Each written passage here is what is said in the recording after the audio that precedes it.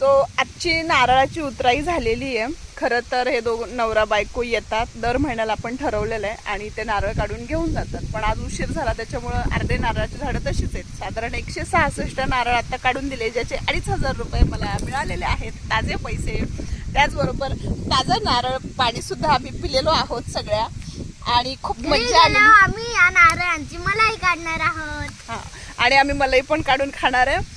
आणि उद्या सकाळी पुन्हा ते येतील आणि उरलेल्या नारळ काढली जातील। दर महिन्याला एक दिवस फिक्स आहे। अशा प्रकारे ही माझी आजची कमाई आहे।